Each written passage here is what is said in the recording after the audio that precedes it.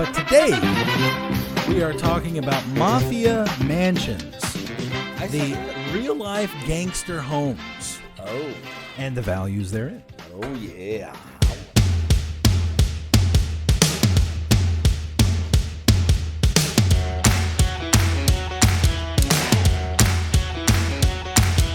Welcome to the closing table with the Money Guys, Sidney Young and Jared Parrish. This episode is being brought to you by Allure Financial, AllureFinancial.com, your source for real estate investment funding.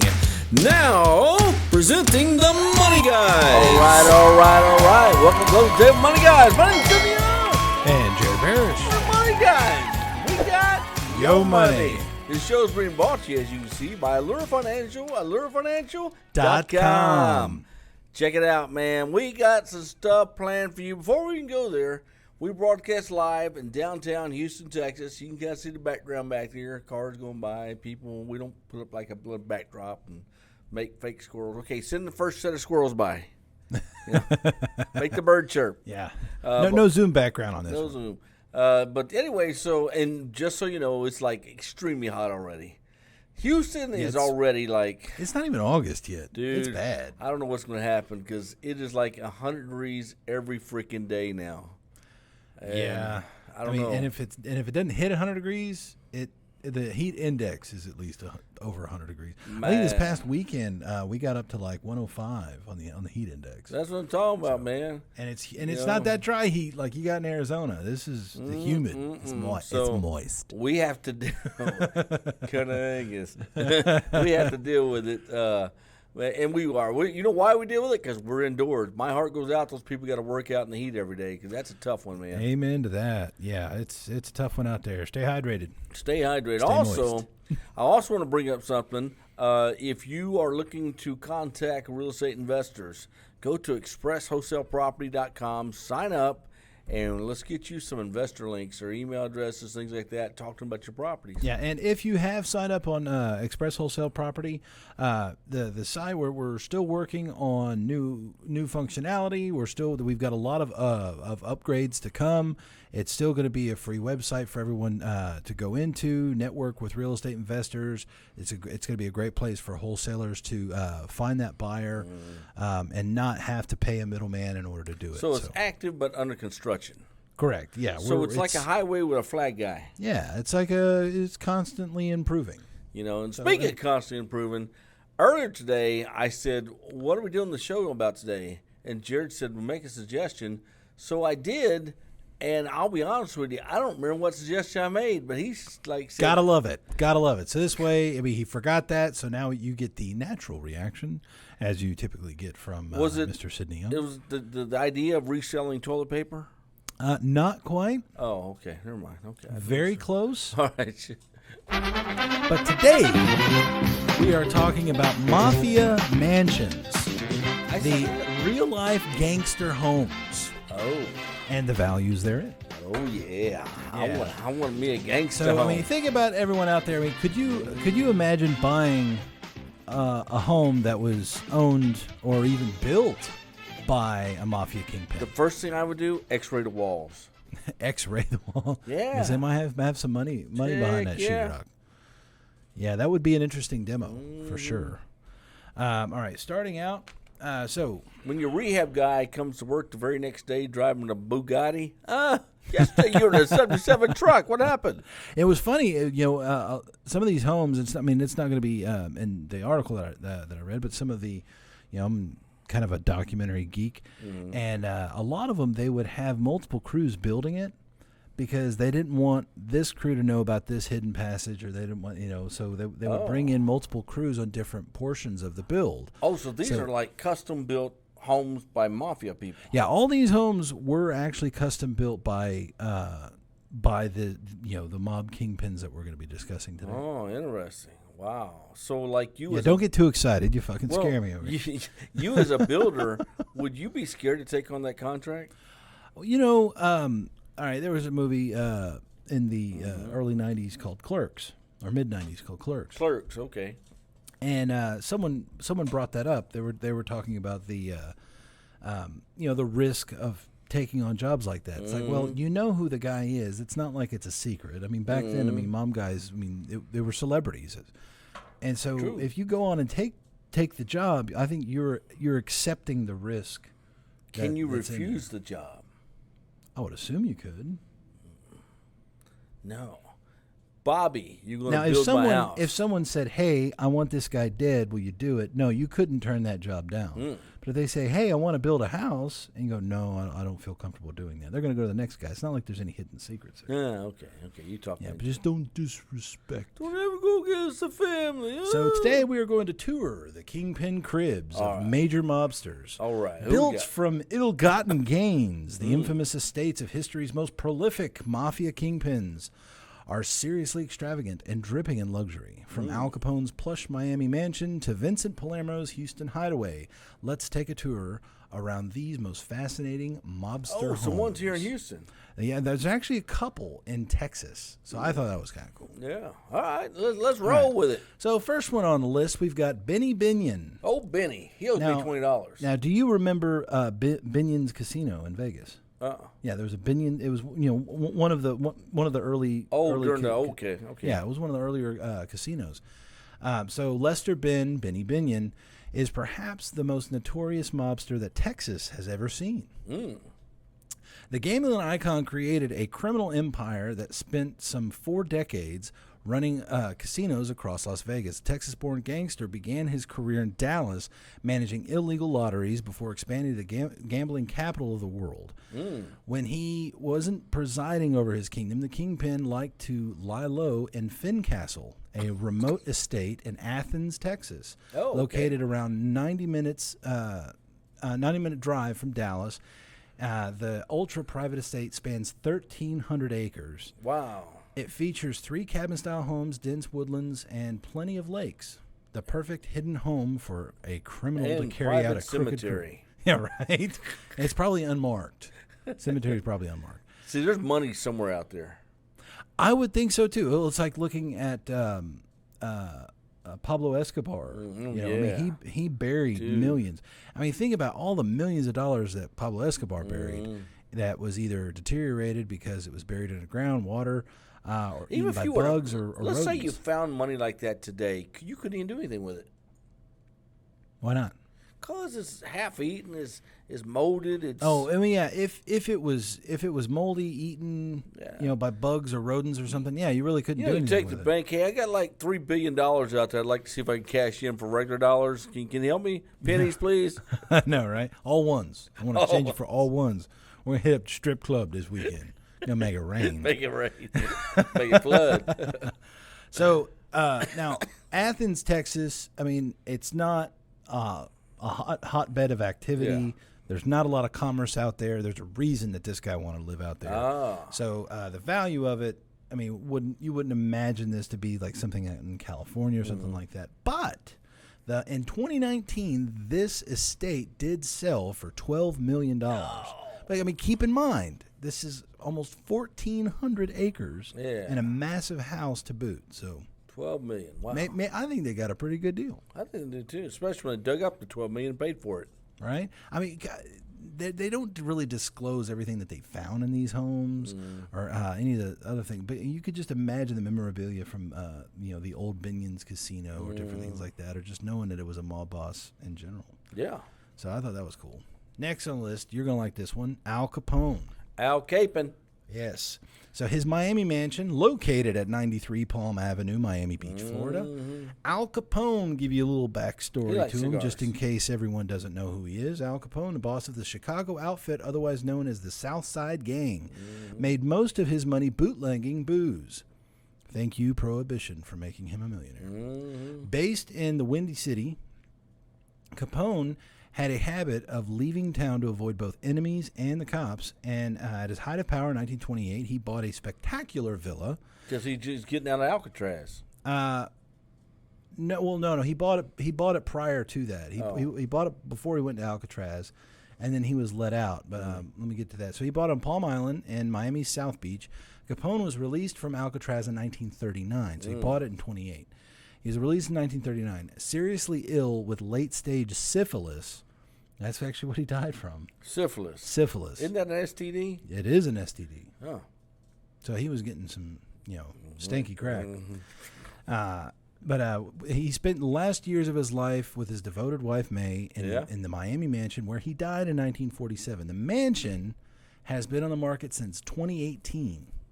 Asking price? How much? $14.9 million. Surprised Trump hasn't picked that one up yet. Yeah, I mean, that's talk about. I mean, I like history. I like stuff like that. But Al Capone's house where he died. That place is haunted, though. More than likely. Yeah, it's haunted. Speaking of haunted, haunted is for those ghosts that are no longer around. Neither of these people. I got free film with my card. Got double prints with mine. Photomat has free film, free prints, terrific discounts with a preferred customer card. Only from Photomat. I get a free roll for each roll I bring in. Or a second set of prints free.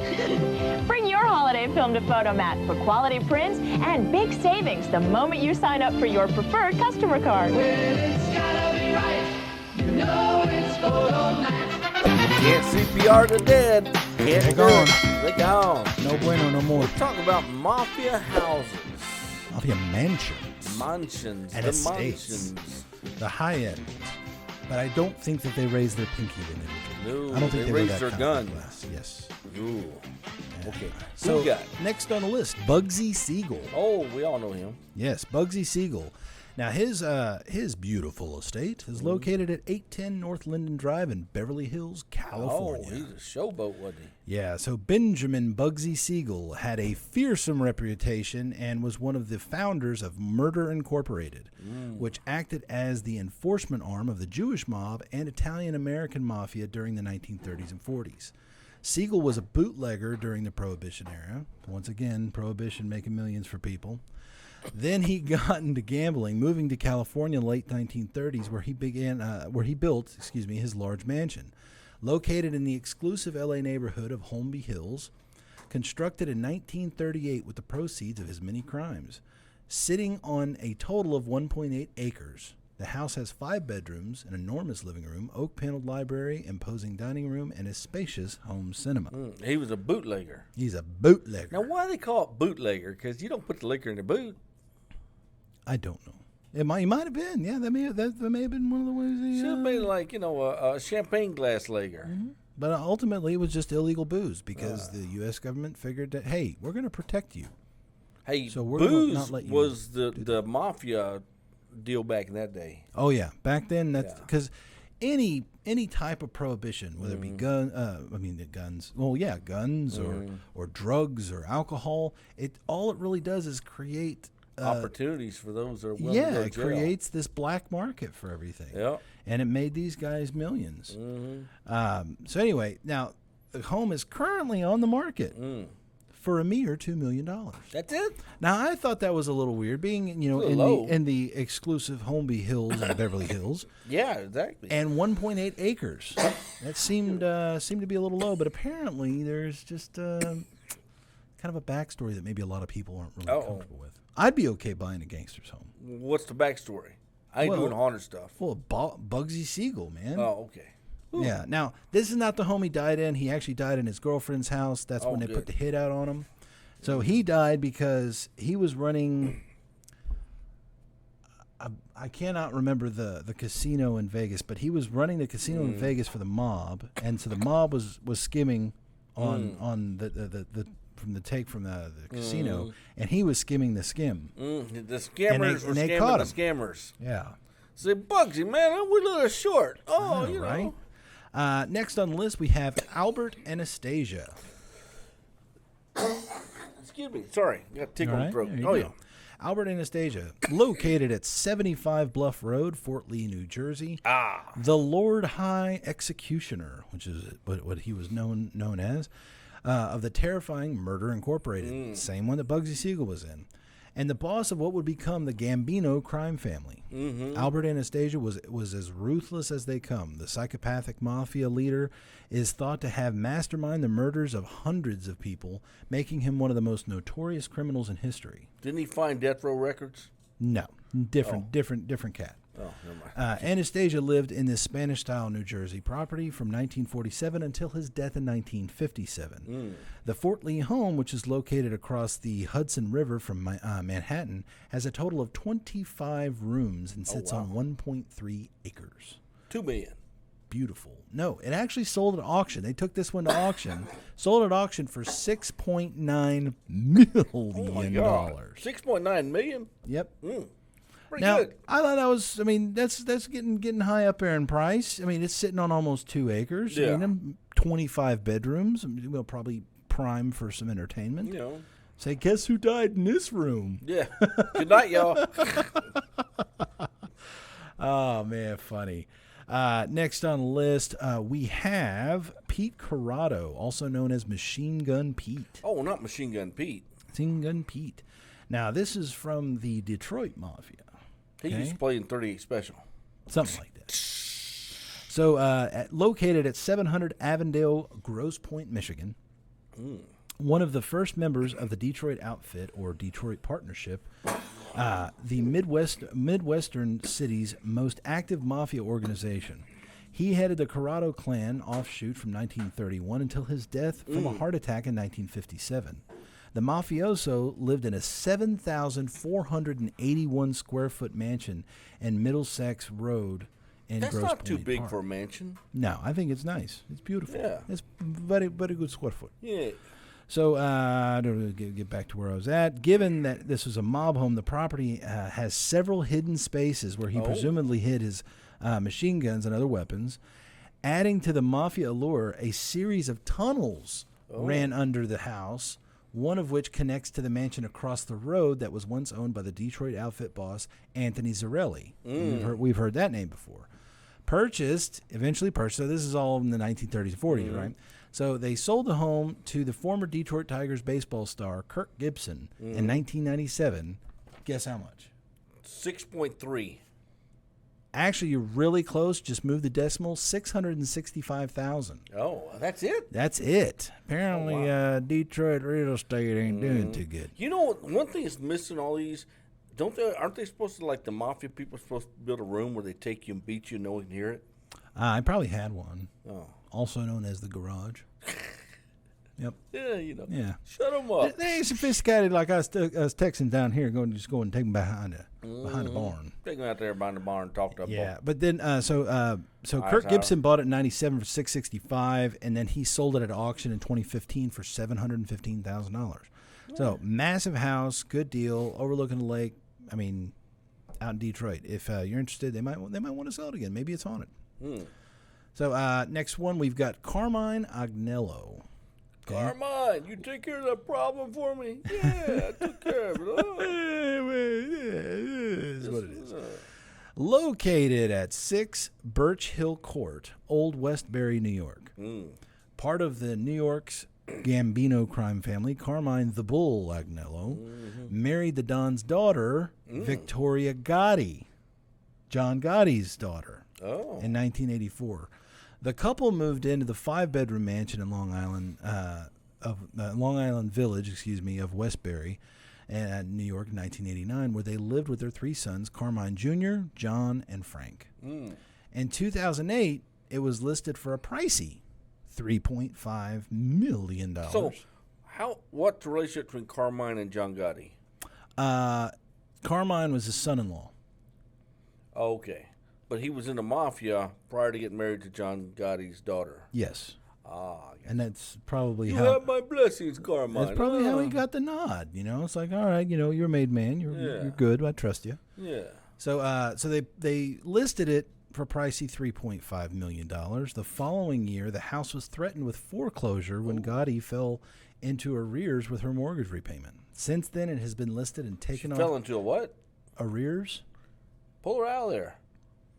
Well, she got behind on her payments, and they were about to take the shit from her. And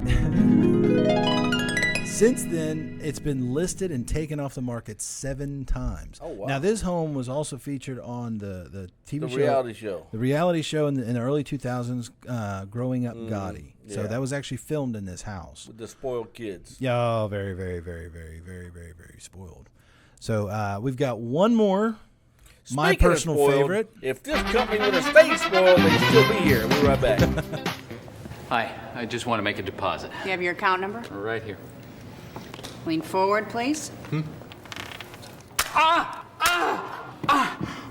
What is this? It's our new customer tracking system. It has your account number and barcode. It speeds you right through the line. Now what? That line over there. Feel like banks are getting a bit impersonal? Try Washington Mutual. We're building our bank around you because we never forget it's your money. It's a holdup. I hate it when these things don't scan. Washington Mutual. You cannot spoil the spoiled. They're no longer in business. Now we're talking about the mom houses and the owner that goes with them. Oh, yes. Oh, Now, this one is my personal favorite, just because I'm a mega fan of the show. Vincent Palermo, also known as Vinny Ocean. well, Vinny Ocean. So, you probably didn't recognize it by the name, but the show, The Sopranos, Oh, yeah. was actually modeled after this guy. Oh, okay. So, this is the real Tony Soprano. Oh, Tony. Now, this particular house is located off of Memorial Drive in Bayou Woods, Houston, Texas. Oh, that's the one here. That's the one here.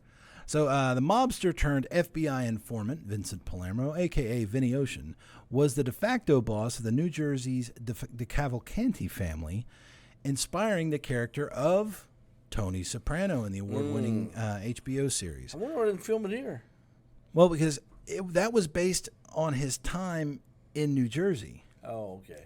So what's interesting, let me get to this. After turning in his associates, Palermo was placed in the witness protection program and snapped up a gated mansion in Houston under the pseudonym Vincent Cabela in 2003. Vincent Cabela. So what's funny about all this is this guy went into witness protection program, okay? So he's supposed to kind of lay low, right? Mm-hmm. What does this guy do? What does he do? He opens up strip clubs, starts living the millionaire lifestyle again, and he loses his cover because then the mob finds him. And what do they do with rats? Hey, hit out on him for the rest of his life. Oh, he's still alive? Until he's dead. We don't know. We don't know what happened to him. Oh. There was a news story about this match here in Houston.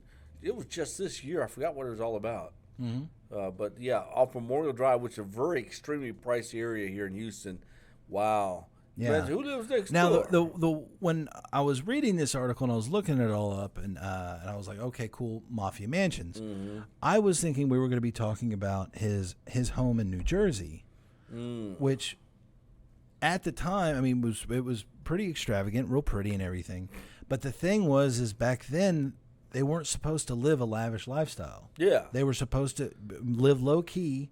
But this guy, just like Tony Soprano in the movie, has his big house, real pretty, now think showing about off his money. Think about it. Whether you're in the mob or you're in private life and you've gone a mediocre life or maybe a very poor life, and now all of a sudden you strike it rich somehow. I don't know. Yeah. They were saying that was... Are you going to live lavishly? You're going to continue living...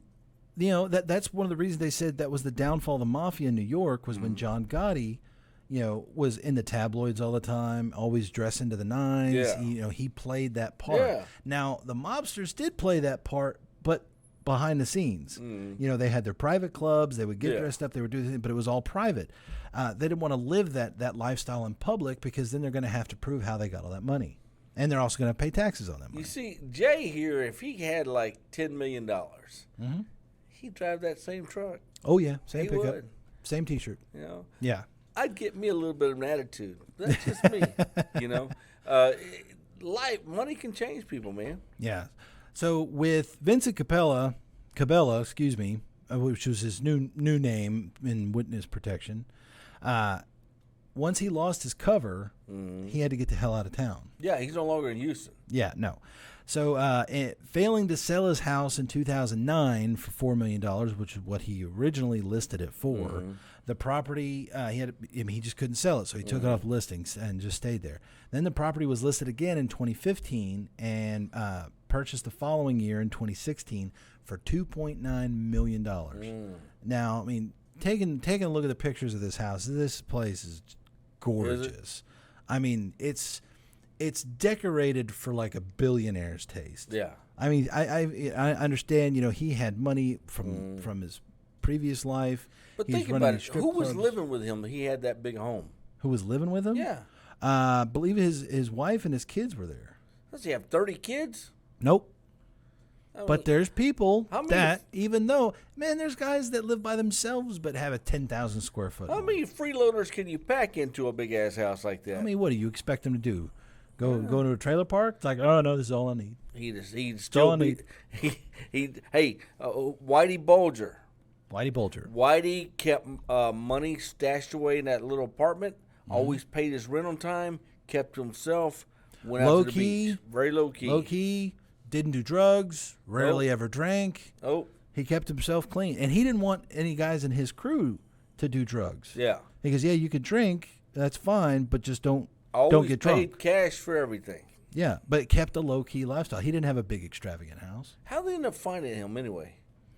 He was found in California. I know, but what led to him being found? Well, they kept the FBI. He was on the top 10 FBI most wanted. So they kept coming up with pictures, and they would change his the picture. Oh, This is what he would look like with a beard. Now he went and had plastic surgery, so he wouldn't be recognized. But someone ratted him out. Someone recognized him, called the FBI, and the FBI found him with the same girlfriend that he had when he fled. When he was in Boston, found them in California, and went and got him. And I was actually in Boston when he had his his day in court. But you remember how they did it? Now it's starting to come back to me. They called him and told him, "Hey, man, someone just hit your vehicle out here in the parking garage. You need to come down." Is that what they did? Yeah. And he said, he said, told his wife, whatever, "Hey, I gotta go out there." So, and he goes to the parking garage. Of course, they swarm him. Yeah. I'm sure that was a happy day for them. But man, there's a lot of stories behind Whitey Bulger as far as how much of an informant was he? I know the movie makes it look like he was just feeding the FBI a bunch of garbage. But he personally killed a lot of people. Yeah. They caught him on that. Well, I mean, he still denies it, but I mean, all the people that worked for him kind of spilled the beans and said what was going on. You deal with these you got the Michael Franchese. You see him on YouTube, all these things, and they're glorifying his life like as if he's some big movie star and everything. And apparently he's changed and he's found God and all this other stuff. It doesn't erase all the damn people he's responsible for dead today. Well, Michael Franchese, I mean, he says that he never killed anyone. He was responsible for it. For relaying the message as far as a hit on someone, but he never actually killed someone. He never pulled the trigger. Yeah, and I mean, he talks about his. He even went to a meeting. He life. Got sent for, knew they were going to kill him, and he still went. Yeah, then they did, of course. And he didn't rat either. He says a lot of people calling him a rat, but he never divulged any information to the FBI or anyone else. He went to prison. He did his time and got out. Unlike Wolf of Wall Street. Well, that's different types of crimes. I mean, I don't think they could have popped him for racketeering. Yeah, but I like watch those documentaries. Go to YouTube, put in Michael. How do you say his last name? Franchese. Yeah, he's got tons on there. Now Sammy the Bull's on there too. He has tons of. I haven't seen his yet. Oh, he's on there. He's talking about when they order hits, and he's very general about it. But now that guy did pull the trigger plenty of times. Oh yeah, Sammy the Bull Gravano. And he talks about the life back then, but here's the reason why they do it. They build up the YouTube stuff because today they need money. Yeah. Oh, because now they're trying. I mean, they're doing it legit. And Michael Franchese, I mean, he's a public speaker, and he doesn't try to glorify his life in the mafia. Yeah. I mean, he tries to tell people the risk isn't worth the reward. I'm glad you said all that because I don't want to really piss any mafia people when they come looking for us. No. What Jared says is what I believe. Okay. Yeah. Hey, guess what? Go to Allure Financial, AllureFinancial.com. No mafia stuff there. No, and don't post any mafia stuff. No, don't put no mafia stuff there. We are your source for investment funding. And investment entertainment. Investment entertainment. AllureFinancial.com. This has been Close Money Guys. I'm Cindy Young. And Jerry Parrish. We're Money Guys. We got